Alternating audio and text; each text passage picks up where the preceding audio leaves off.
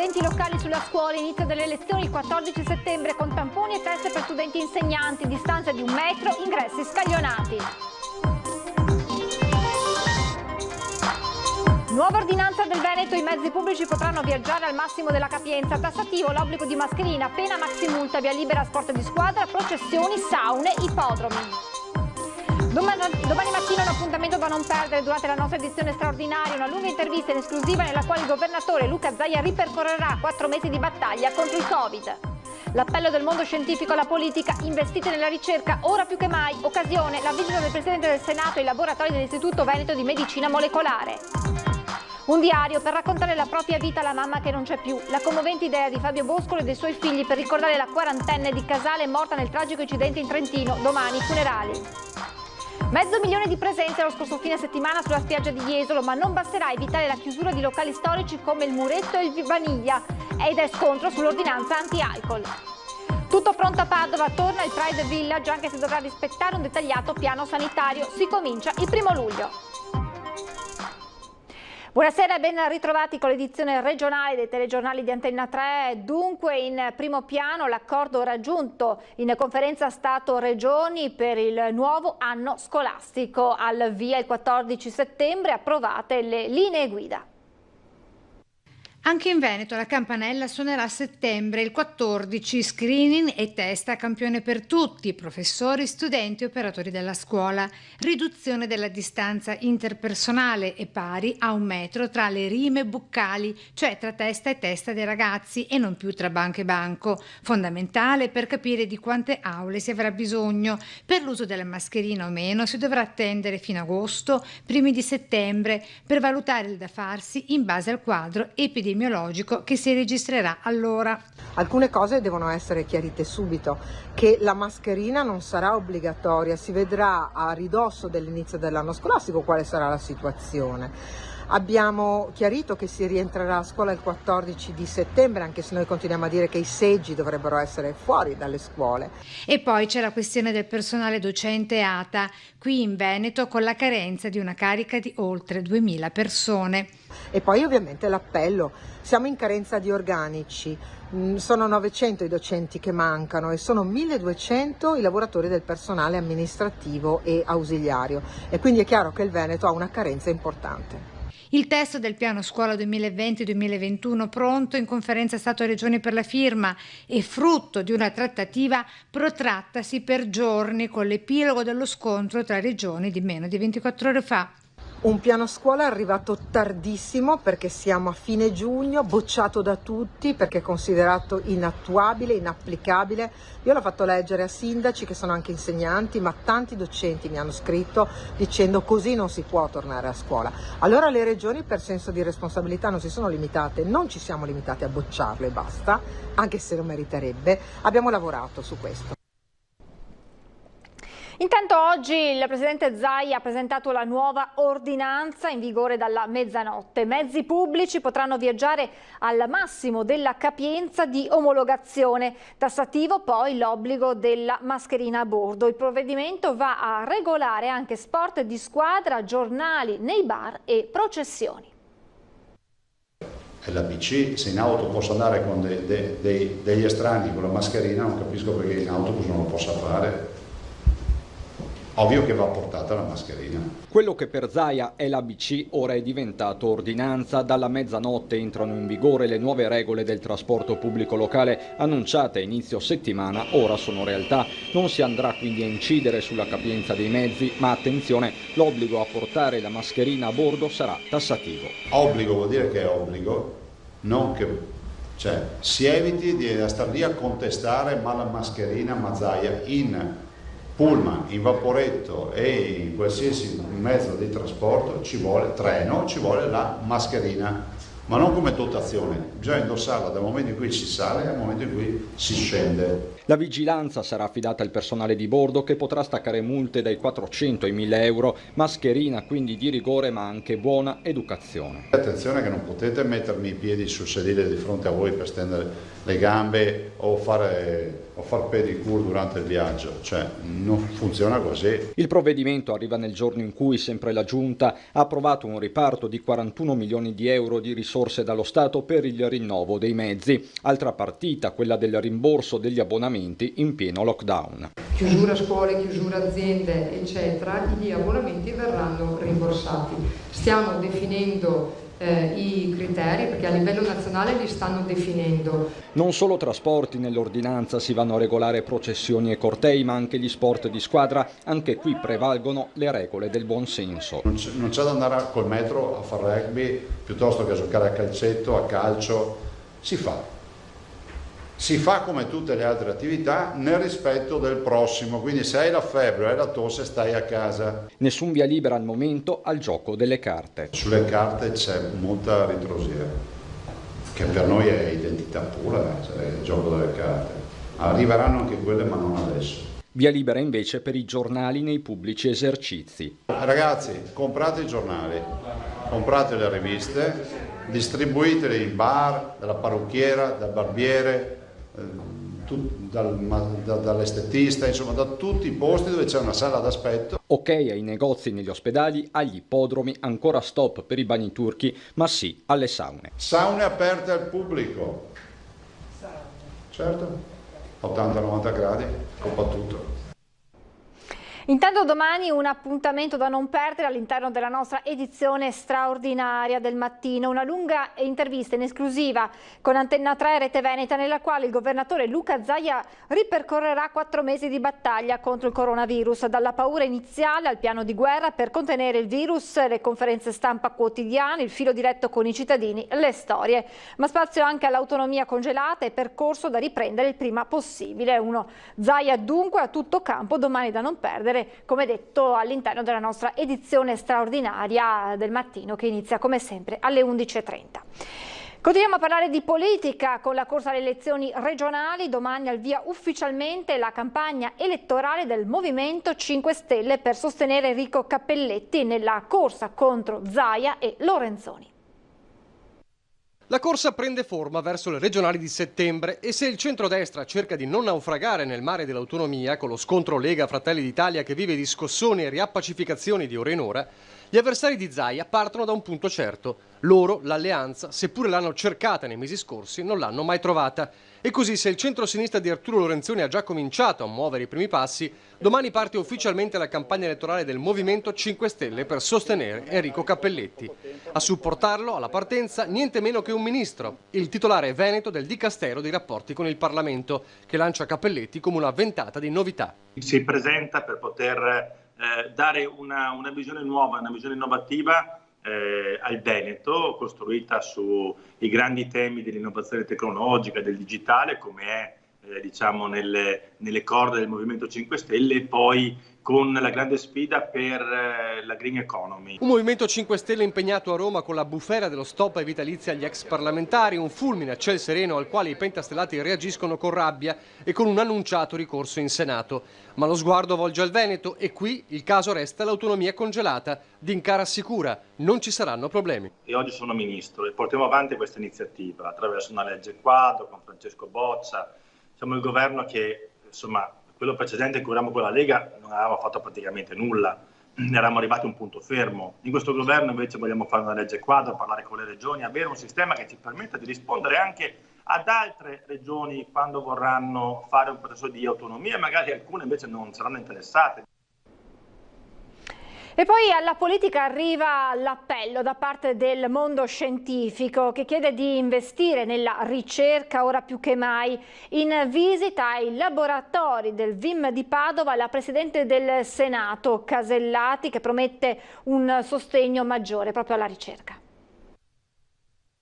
Il nostro petrolio è la ricerca e non è soltanto avanzamento nelle conoscenze, ma è ricaduta economica. L'investimento nella ricerca è prioritario per il Paese, questo è l'appello del mondo scientifico padovano alla politica. Proprio nei laboratori del VIM, eccellenza europea, è stata fatta un'importante scoperta nella lotta al Covid. Ad aprile, infatti, nelle settimane dell'emergenza sanitaria, un team di ricercatori dell'Istituto di Medicina Molecolare, specializzati nello studio del tumore alla prostata, hanno scoperto uno dei principali trattamenti farmacologici in grado di contrastare il coronavirus. La ricerca che abbiamo fatto noi adesso sul Covid, su questo farmaco che usiamo come terapia del Covid. La stanno usando gli ospedali veterani americani, l'Università di California, la Johns Hopkins, Seattle. Questo vuol dire che è una ricaduta economica enorme. In occasione della visita ai laboratori della Presidente del Senato Maria Elisabetta Alberti Casellati, il mondo scientifico ha chiesto che vengano dati più fondi per la ricerca necessaria per il rilancio dell'Italia e per uscire definitivamente dalla pandemia. Oggi, di fronte ad una malattia come il coronavirus, noi non abbiamo ancora né terapie né vaccino, ed allora solo dalla ricerca potrà nascere un futuro per la nostra Italia, perché si potrà davvero riaprire in sicurezza tutte le attività, quindi c'è una proiezione concreta anche a questo sapere. C'è scritto un cartellone lì che mi ha molto colpito: nasce qui il futuro. La ricerca non è un optional, ma uno strumento fondamentale di crescita e ha il potere di liberarci dalle paure, soprattutto in questo periodo, perché è l'unico strumento per sconfiggere il virus, ha detto la Presidente del Senato, promettendo di far arrivare a Palazzo Madama le richieste della Fondazione di Ricerca Padovana. Dobbiamo investire molto di più, non basta complimentarci. Occorre investire con strumenti e risorse e crederci soprattutto. Il senatore di Forza Italia Maurizio Gasparri ha denunciato presso il Comando Carabinieri del Senato la ricezione di una lettera anonima proveniente da Padova contenente esplicite e ripetute minacce di morte. Lo rende noto l'ufficio stampa del senatore di Forza Italia. Non si tratta, prosegue il comunicato, purtroppo di un caso isolato, in quanto anche nei mesi scorsi il senatore aveva ricevuto missive intimidatorie. Gasparri ha comunque precisato che non si lascerà intimidire da questi episodi, ma che proseguirà il suo lavoro. Siamo adesso alla cronaca, torniamo a parlare della tragedia che si è consumata in Trentino Alto Adige con la morte di una giovane mamma quarantenne di Casale sul Sile. Ebbene, i figli e il marito hanno avuto l'idea di creare un diario per raccontare alla mamma che non c'è più la loro vita. Noi abbiamo proprio l'intenzione, e ne ho già discusso con i bambini che sono stati subito pronti sull'argomento, adesso di organizzarci per bene, di farci il nostro schema, di riuscire a portare avanti tutte le cose che piacevano a noi e a lei, insomma, di scrivergli un diario, di farle capire che portiamo avanti tutto quello che è la nostra vita. Un diario dove raccontare alla mamma le loro giornate per sentirsi sempre vicini a lei, anche se Elisa non sarà fisicamente più al fianco dei suoi bambini e di Fabio. È proprio il marito a raccontare l'idea venuta ieri sera mentre parlava con i due figli, quella di tenere un diario. Tommaso, il figlio maggiore, mi ha detto: ah, ma sai che ho parlato con la mamma? E io sono rimasto ovviamente un po' scioccato da questa cosa e gli ho detto: ma quando? Ma dove? Prima di partire dalla montagna, prima di scendere giù, ero da solo un attimo in macchina e ho avuto questo attimo in cui, teniamo sempre conto che Tommaso ha 10 anni, sono rimasto quasi perplesso da questa cosa e lui ha detto: vabbè, bravo Tommaso, è una cosa più che giusta e se vuoi possiamo anche pensare di farlo insieme, di scrivergli qualcosa tutti i giorni e di leggerglielo magari. Domani Fabio, Tommaso e Leonardo le daranno l'ultimo saluto alle 15 nella chiesa di Casale sul Sile, dove si attendono molte persone, gli amici che Elisa nelle varie tappe della sua vita ha coltivato in molte città italiane e ancora le compagne di squadra di basket dove giocava e le tante persone che l'hanno conosciuta, che la ricordano per la sua energia e le sue 1000 passioni. Che mamma era? Molto attenta, nel senso aveva particolare interesse che i bambini avessero un'educazione completa. A Fabio ora il compito di portare avanti quel progetto che aveva costruito con Elisa per i loro bambini. Volevamo effettivamente passargli tutto quello che era possibile e tutte quelle che potevano essere le cose che avevamo imparato, tutto in modo da prepararli a una vita felice, insomma, e sono sicuro che l'avranno. Tommaso e Leonardo sono la mia ancora, racconta Fabio. Stanno reagendo bene, per quanto questa possa essere la notizia più brutta che può arrivare, ovvero in assoluto devo dire che mi hanno stupito per la forza d'animo che stanno dimostrando. La mente poi vola quel maledetto martedì. Elisa era organizzatissima, ricorda ancora Fabio, conosceva bene quel sentiero, la pendenza, era una camminatrice esperta e instancabile. Mentre io mi sono fermato a pranzare con i bambini, lei ha deciso di proseguire per vedere cosa c'era dietro ad un crinale. Quando non l'ho vista tornare, continua il marito, ho detto ai bambini di stare fermi ad aspettare e sono andato a cercarla. Lei purtroppo aveva perso la strada, era andata fuori percorso e a un certo punto raggiungerla mi è sembrato, è stato impossibile. Io sono stato in contatto in telefono con lei fino a un certo punto, quando però c'è stato un momento in cui il telefono ha squillato libero e a quel punto sì, allora mi sono molto allarmato. Quello che è accaduto dopo è stato un susseguirsi di eventi, l'allarme al soccorso alpino, le ricerche, fino alla drammatica scoperta del corpo senza vita di Elisa. 2 ore dopo hanno fatto una tragica scoperta, insomma, e niente, sono venuti a comunicarcelo. Questo poi è senza un tot di dettagli che ovviamente mi stanno frullando in testa, ma che poi hanno poco senso di essere raccontati.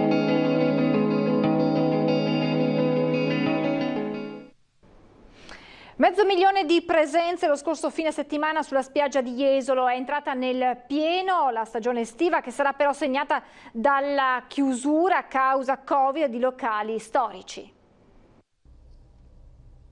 Con l'ingresso a Jesolo l'annuncio di un nuovo fine settimana da tutto esaurito sulla spiaggia immagine del turismo dell'Alto Adriatico. 500.000 di presenze lo scorso weekend, cifre pre-coronavirus. Ottime le attese anche per questo, che dovrà fare di nuovo i conti con la chiusura a causa Covid di storiche discoteche come il Muretto, il Vanilla e il rischio movida in alcune zone, in primis Piazza Mazzini. Il weekend sarà senz'altro bello e penso all'insegna del tutto esaurito. Pensavamo solo sabato, invece lo sarà anche il venerdì.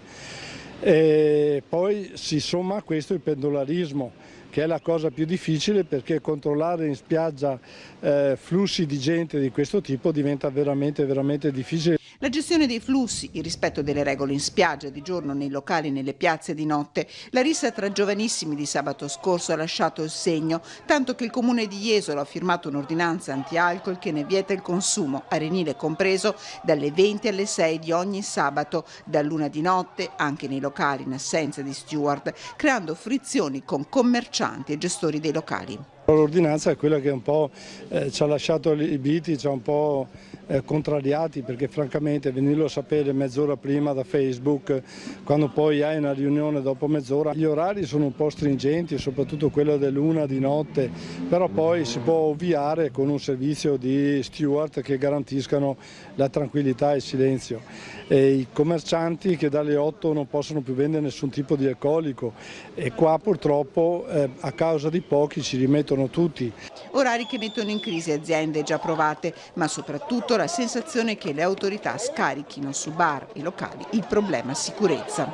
Il colpevole non può essere sempre solo l'azienda, perché ha una partita IVA, perché ha responsabilità oggettiva, e quando non si riesce a far rispettare le regole si cerca sempre di trovare la scorciatoia per incolpare qualcuno.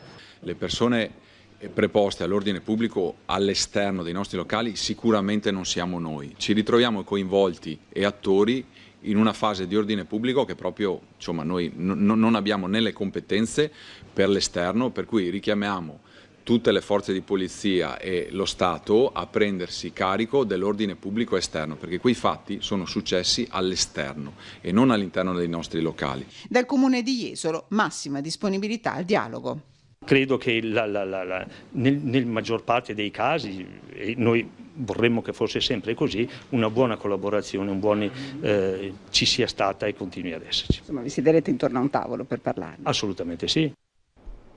Un commissario per la via del mare dopo l'ok del CIPE nella giornata di ieri al Project Financing. Questo è l'auspicio di Silvano Vernizzi, già commissario del Passante, ma la partita è anche politica. Io più che modello Genova parlerei di modello Passante, perché questo modello è stato utilizzato prima nel Passante, poi nella Pedemontana e poi a Genova. Comunque, per fare un po' di tifo per il Veneto direi il modello Passante. Silvano Vernizzi, amministratore delegato di Veneto Strade, commissario della Pedemontana e già commissario del Passante, lo rivendica con orgoglio. Per accelerare i tempi anche la Via del Mare avrebbe bisogno di una figura in grado di prendere decisioni veloci al fine di bypassare l'italica burocrazia. Il messaggio arriva a poche ore dall'ok del CIPE al project financing per il collegamento di Meolo con Jesolo.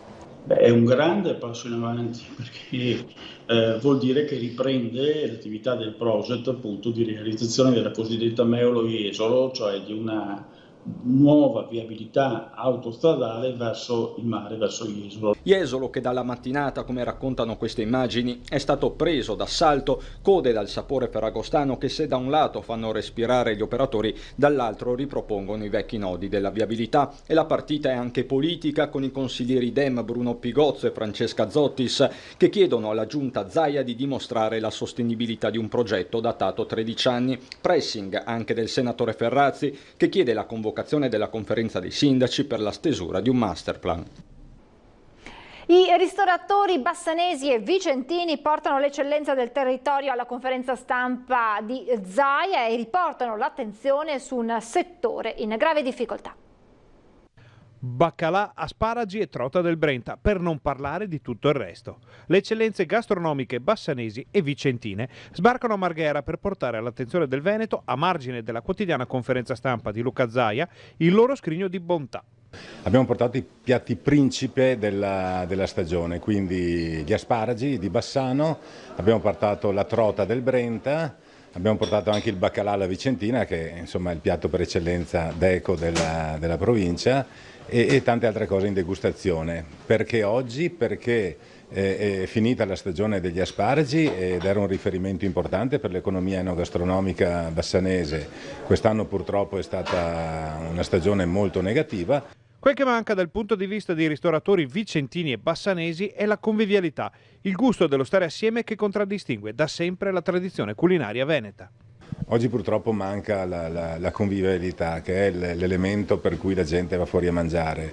Ci sono ancora troppe insicurezze, troppi divieti e quindi quando viene meno la convivialità viene meno anche il fabbisogno di andare fuori a mangiare. Oltre alla convivialità mancano, con un'importante ricaduta sui conti dei ristoratori, interi capitoli del bilancio del settore. E quello che manca oggi è proprio la banchettistica, no? Quindi gli eventi, gli avvenimenti, perché? Perché ancora sono proibiti gli assembramenti, quindi anche questo è un fattore importante. Manca anche tutta la parte turistica, che anche questo era rilevante nel nostro settore. Quindi, ripeto, una ripresa c'è, ma molto molto lenta. Oggi possiamo quantificare le presenze in circa un 30% rispetto a prima. Il Padova Pride Village parte, anche se dovrà rispettare un dettagliato piano sanitario. Si comincia il 1° luglio. Capienza ridotta alla metà, 2.500 persone invece di 5.000, eventi tutti all'aperto e spalmati su 5 giorni e non 4 come gli anni scorsi, acquisto online dei biglietti d'ingresso, oltre all'igiene e alla misurazione della temperatura. Le norme di sicurezza condizionano la 13ª edizione del Padova Pride Village, ma non lo fermano. E così la Fiera di Padova, che ha già perso il 75% degli incassi, mette a disposizione 10.000 metri quadrati per i visitatori del più grande festival italiano dedicato a lesbiche, gay, bisessuali, transgender. Si sente la voglia, soprattutto d'estate, di ritrovarsi e anche di condividere, come dire, un impegno civile per i diritti come è il Pride Village da tantissimi anni. È chiaro che questo deve essere fatto in sicurezza e per questo è stato predisposto un piano sanitario molto rigido, molto preciso. Il festival aprirà il 1° luglio, se tutto andrà bene la volontà è quella di chiudere a settembre. Musica, concerti, eventi culturali, le band dal vivo e poi il karaoke alla domenica. Ogni sera c'è una cosa differente e tutto viene spostato nella fascia preserale, non dimenticando la discoteca, ma nella fascia preserale avrà addirittura 3 momenti di spettacolo in 3 stage completamente differenti e quindi anche decentralizzati per mantenere chiaramente tutte le norme di sicurezza. Un'occasione anche per la fiera che riapre i battenti dopo 6 mesi di inattività. All'interno bar, ristoranti, pizzerie, all'esterno la misurazione della temperatura, mascherine nello spazio discoteca, sanificazioni continue degli spazi. Noi in questo momento siamo fortunatamente leggermente al di sotto di questa di questa cifra, perché abbiamo ancora una finestra verso l'autunno con alcuni eventi molto importanti, uno su tutti Automoto d'Epoca, che ci auguriamo ci siano le condizioni per poter svolgere al meglio. Noi ci stiamo preparando in questo senso e siamo assolutamente pronti. È tutto, vi lascio le previsioni del tempo, grazie per averci seguito e buona serata.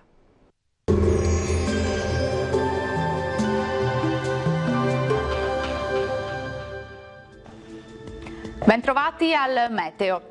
Alta pressione africana sull'Italia, sarà un weekend molto caldo ma anche con qualche temporale di calore. Il dettaglio di sabato 27 giugno.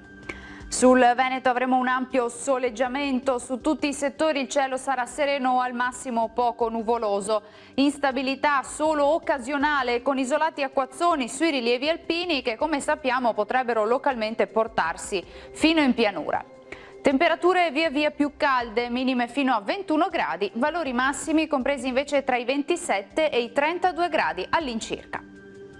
Ci spostiamo ora sul Friuli Venezia Giulia, anche qui avremo condizioni di bel tempo, sarà un sabato all'insegna del sole come vediamo con locali annuvolamenti sui monti.